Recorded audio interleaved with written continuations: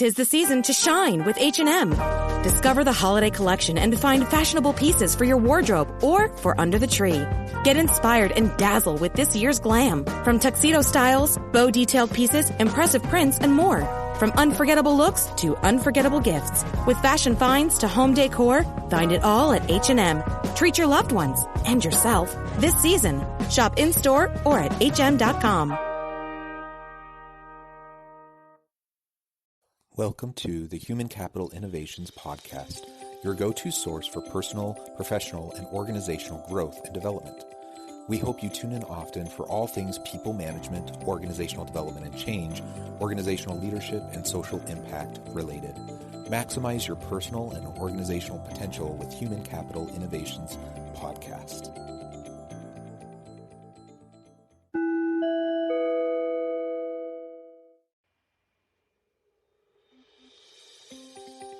Welcome to the Human Capital Innovations Podcast. In this HCI podcast, I talk with Laurina Esposito about succeeding as a woman executive in a male-dominated industry.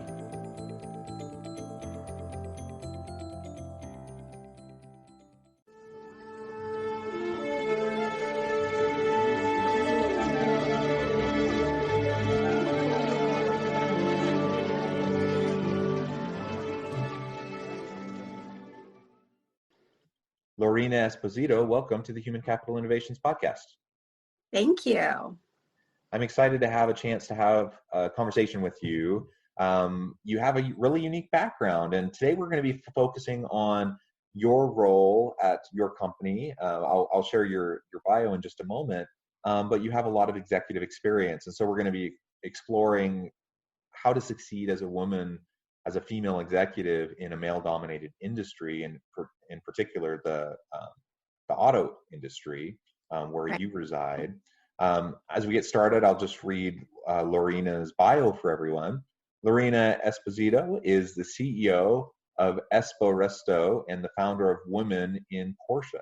Laurina has a background in the fashion world as well as in musical performance, living a jet-setting life and career in the high-end fashion industry prior to working with Porsche cars, and also spent 6 years as a professional singer on the Las Vegas Strip. About 5 years ago, she decided to return home to work with her dad and his business, Esposito, choosing to leave behind the hectic life of retail management to apply her skills in business in a more personal way. Laurina's father is the renowned Porsche restoration expert, John Esposito. So despite a career that led elsewhere initially, she grew up learning all about automobiles and specifically everything Porsche. Early memories include riding in classic speedsters for trips to Taco Bell, while her dad told her all of the ins and outs, ups and downs about his amazing vehicle. In 2016, when she returned to work with her father, she found herself unexpectedly having to take over and run the restoration business on her own due to her father's sudden illness. Laurina is now the CEO of Esposito and has also started their organization Women in Porsche, Inc., which has nearly 30 independent chapters nationwide and internationally. Women in Porsche seeks to serve the underrepresented community of women in the motorsport world, sharing the stories and connecting the women who love, work with, and or drive Porsches. Her quest in this endeavor has led to connections with men and women in the Porsche family worldwide, and proudly has opened up doors for women to be more readily accepted and included in what is often seen as a male-only pastime. Laurina is currently working on restoring a 1968 912 Targa with one of her fellow Women in Porsche members, as well as 1973 911T with her partner. When not working with Porsche, she's likely at home with her dogs, baking or cooking, working on new production performance, or spending time with her family. What an interesting and unique background and life that you're living. It sounds like you're living your best life, doing what you love. That's awesome. So welcome to the podcast. And before we really dive in to the discussion, anything else you would like to share by way of personal background or context for listeners? It's just that I believe everything leads to where you are, like the next thing, and good, bad, ugly, anything in between. It's all part of your personal experience that helps you be better at the next thing that you encounter.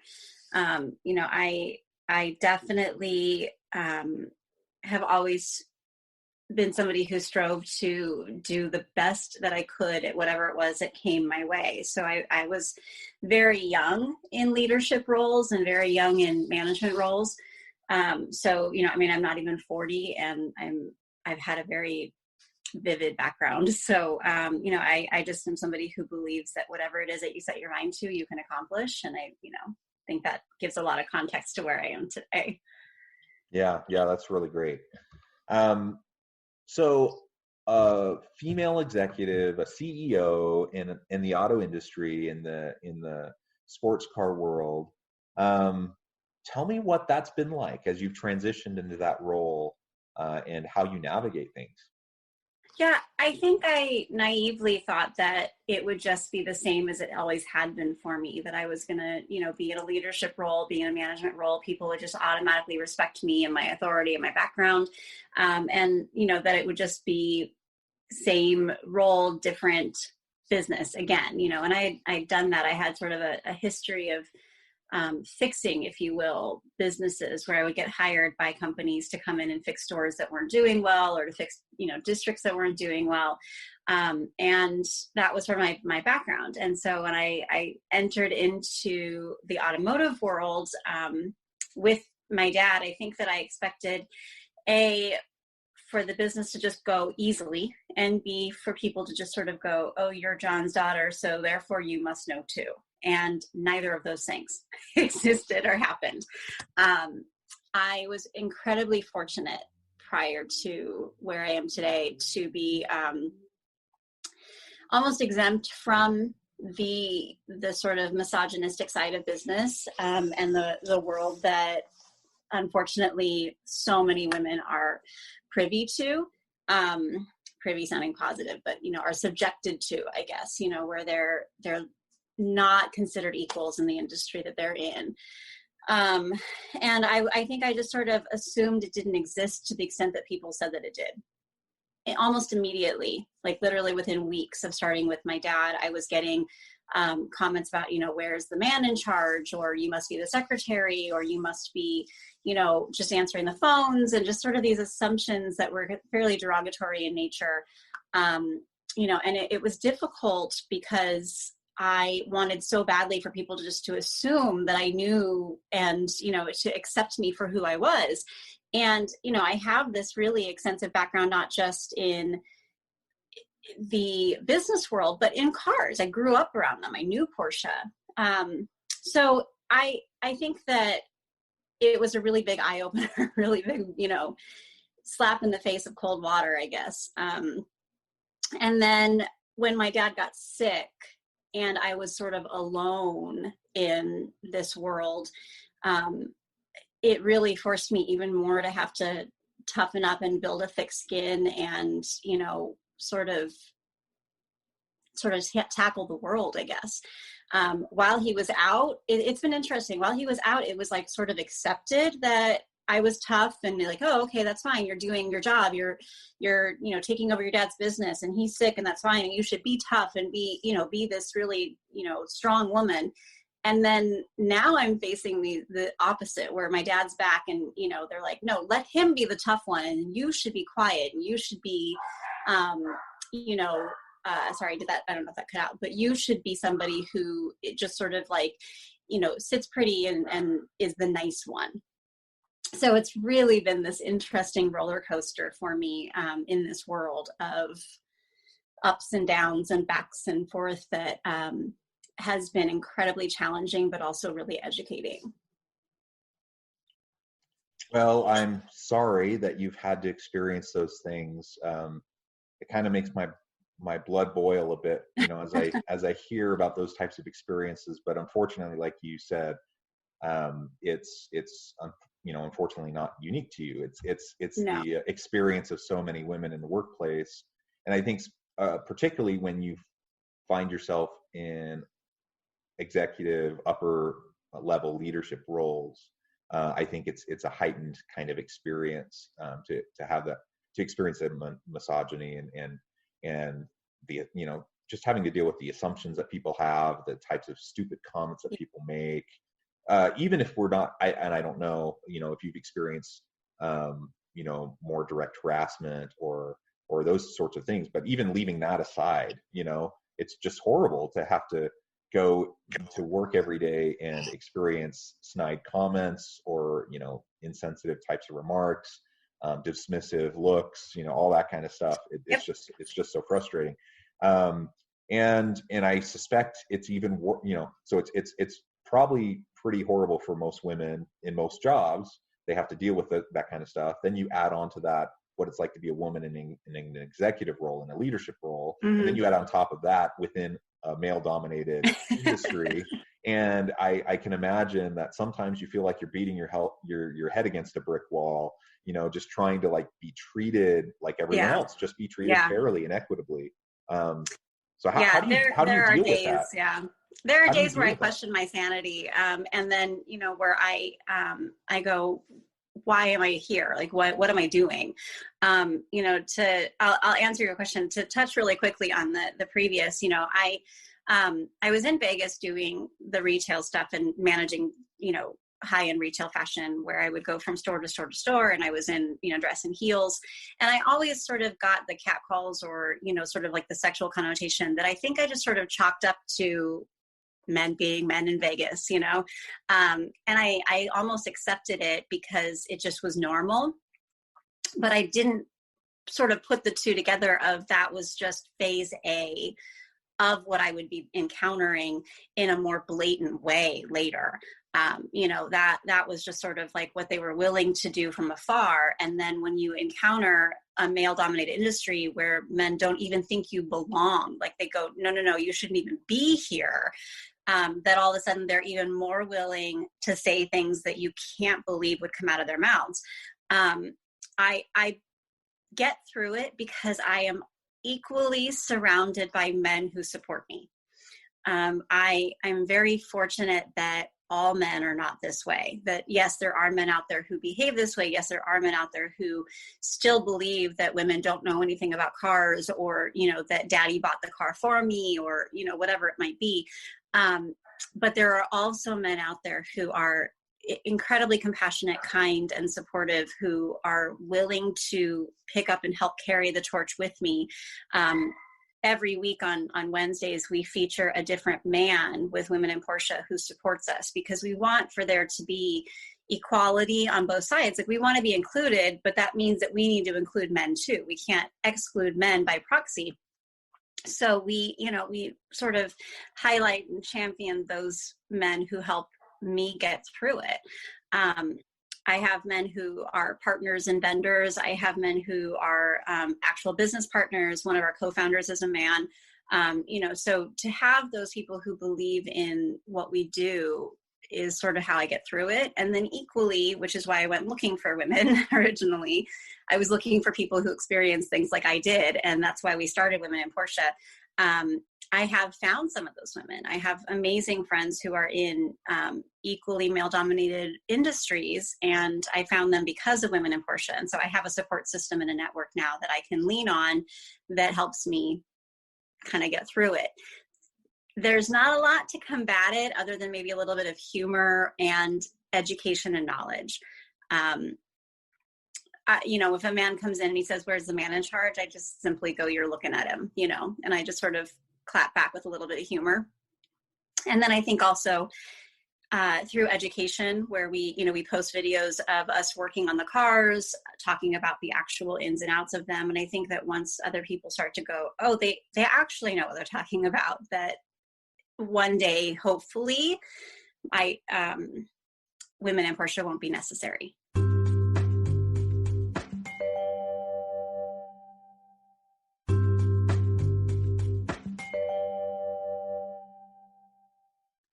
Yeah. Well, you take a really positive approach to a really difficult challenge. So I applaud you for that. It's not, I see it. I see other women who have to experience it, but never having experienced it myself. I can't fully understand how difficult that would be, but I can imagine that it would be something that I would be very, very frustrated with, and I'm not sure I would deal with it as well as it sounds like you're dealing with it. So I applaud you for that. What would you say to other women who are, they look to you and others as examples, as women who are successful or in executive roles, who've made it work in amidst the misogyny in the male dominated industries? What would be your advice to them, in finding their leadership self and pushing through the hard things to be able to move into those types of roles in their future? There's always going to be somebody who doesn't like you, male, female, especially in roles of leadership, you will always encounter somebody who doesn't like you. And if you allow for that to dictate whether or not you continue to move forward, then you're letting those people win, And 9 out of 10 times, their dislike of you is rooted in their own insecurity or their own lack of knowledge or their own poor behavior if you're a leader or a manager.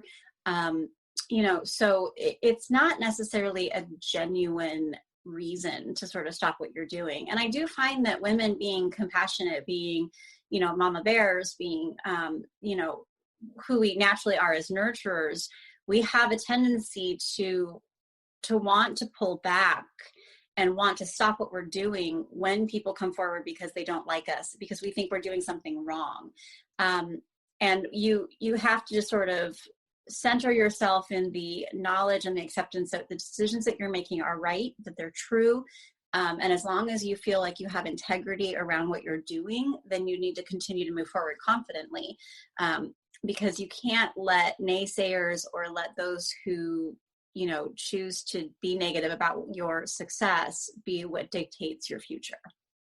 Yeah, I really like that. And, it's what I hope for the women in my life. I have 4 daughters, and the oldest is 16. The youngest is almost 11. And, I hope that as they get into their, advanced schooling and as they move into the workforce, that the world will shift enough in the interim that by the time they get there, that they won't have to deal with all of this. But that's probably completely naive of me to have that hope. And so I think it's equally important to prepare them with resilience, and so that they can take the challenges in stride and ultimately be committed to just being their best selves, regardless of what other people may say or what jerks may do. Yeah, my dad was always really on me about being tough. And, part of me always thought that he was just like taking me out to, play sports or, to go do driving or whatever, because he just kind of didn't know anything other than boy stuff. I think that he sort of had this idea, now that I talk to him more and I know, that he wanted to help toughen me up in a way that would prepare me for a future if I needed to be stronger. And I'm grateful for that. He's always been a champion for my strength and my knowledge, my ability. He supports me. He backs me. So, if we do have difficult customers who say, I don't want to talk to you, I want to talk to John because I don't like the answers I'm getting, he'll go, she's in charge. Sorry. Like, if you don't like what she says, then, I'm not going to change it. And that is wildly important to helping to change the dialogue and change the tone of what we're facing. I believe that we are moving in a very positive direction when it comes to acceptance of women in leadership and women in roles of power. I don't think that we're as far behind as a lot of people like to say that we are. I don't personally align myself with as being a feminist, because I don't believe in, like I said, separating yourself out. So I feel like we need to be more inclusive. And so I would hope like a future for your girls means that we are including them in the conversation, that we are a part of things, that they are surrounded by strong men who want to empower them as well. And then they're surrounded by women who believe in acceptance and equality across the board. Because I think that that's really the only way for change. Yeah. I really like that. So in the last few minutes, I thought maybe we could talk briefly about what you're seeing in your business and in your industry, the response to COVID, how things are going the last 6 months plus, and then, what do you think it will look like once we emerge from this? We have a lot of international clients, and so we were almost fortunate that we saw it coming. My old business partner, who actually has moved on as a result of this whole thing, our business has completely shifted because of this. He, at the time in January, was like, something's weird. He and I both would sit there and look at numbers and go, we're not hearing from people that are international. Like, we weren't hearing from people in Germany. We weren't hearing from people in Asia. It was just really strange. And the press hadn't picked up on what was happening, despite the fact that it was already very much happening outside of, the US. And when it hit us in, February, March, we at that point had not had payments from any of our international business partners and our business clients in months. They just went radio silent.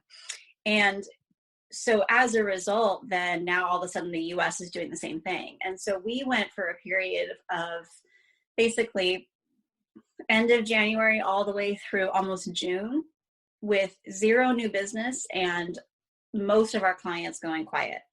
They're a level above us, right? They're all big business people who were very much either affected or were waiting in the wings. They were going, I just want to let this lie, see what happens, let it roll. We have clients who actually said, I'm just waiting. Give me a little bit of time. Let me see what happens. And if my business is affected, then I'll have to let you know I need to pull the car or I can't start the project. But if it's not, I'll let you know. And then 3-4 months later, they would come back and they go, we're fine. So let's keep moving. And that's really what I think is going to happen. I think that a lot of people, a lot of businesses are going to, bigger businesses, the ones that survive this, they're going to go, okay, we're okay.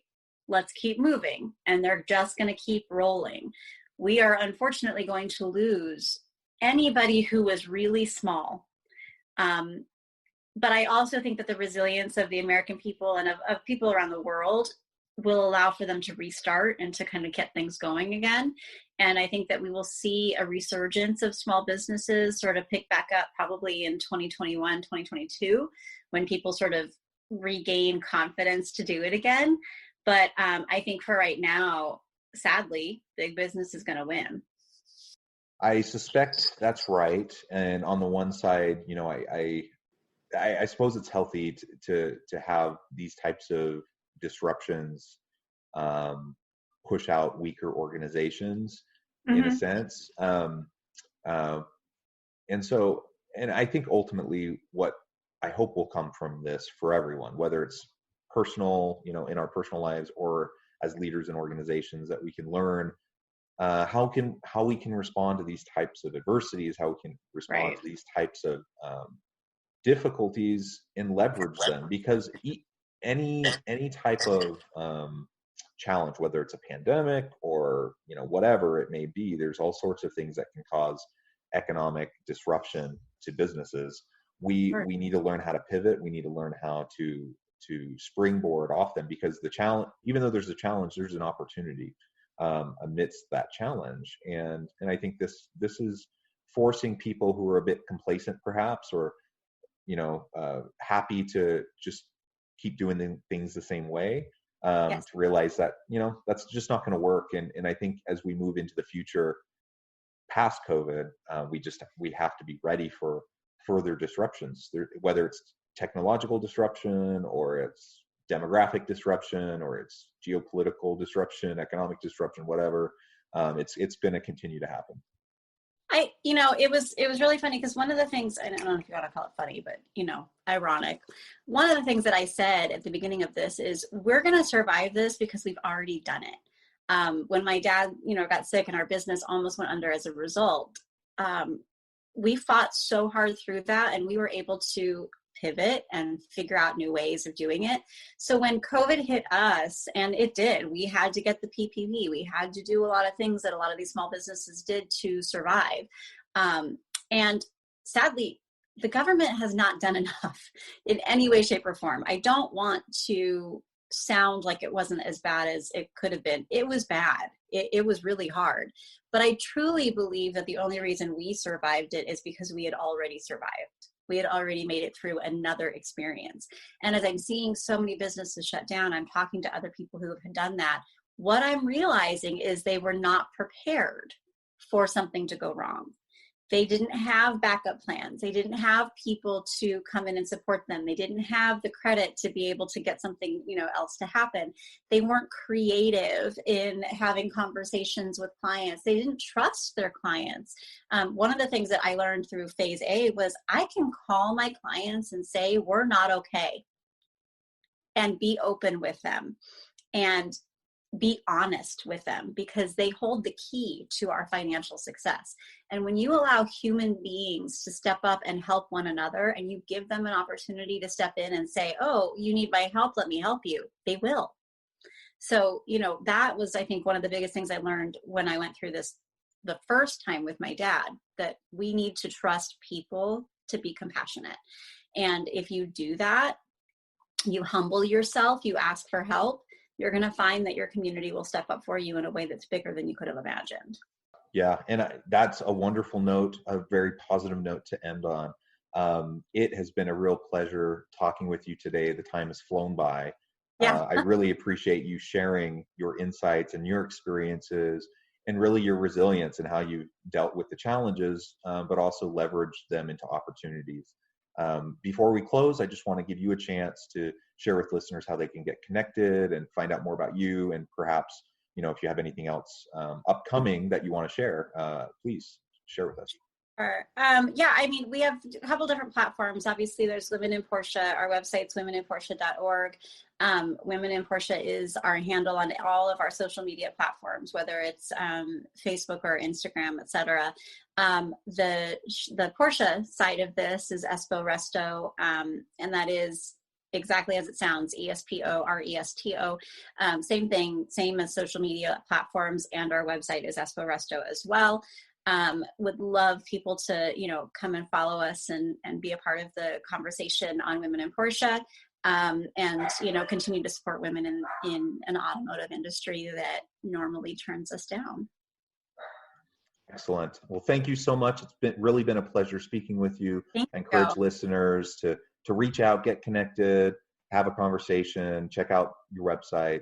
And I hope everyone stays healthy and safe, that you can continue to find meaning and purpose at work each and every day. And I hope you all have a great week.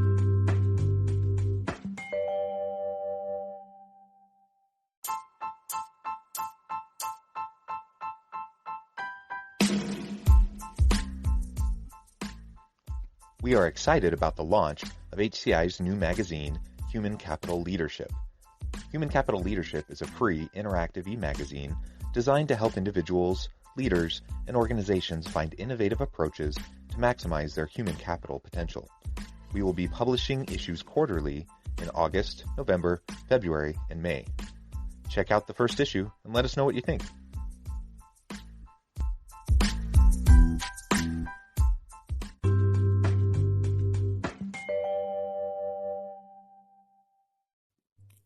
Thanks again for joining us for this episode of the Human Capital Innovations Podcast. I hope you stay healthy and safe, and that you have a great week.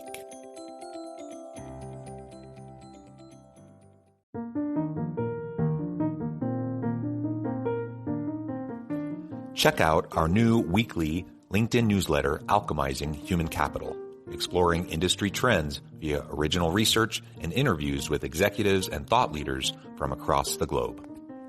We look forward to having you join us.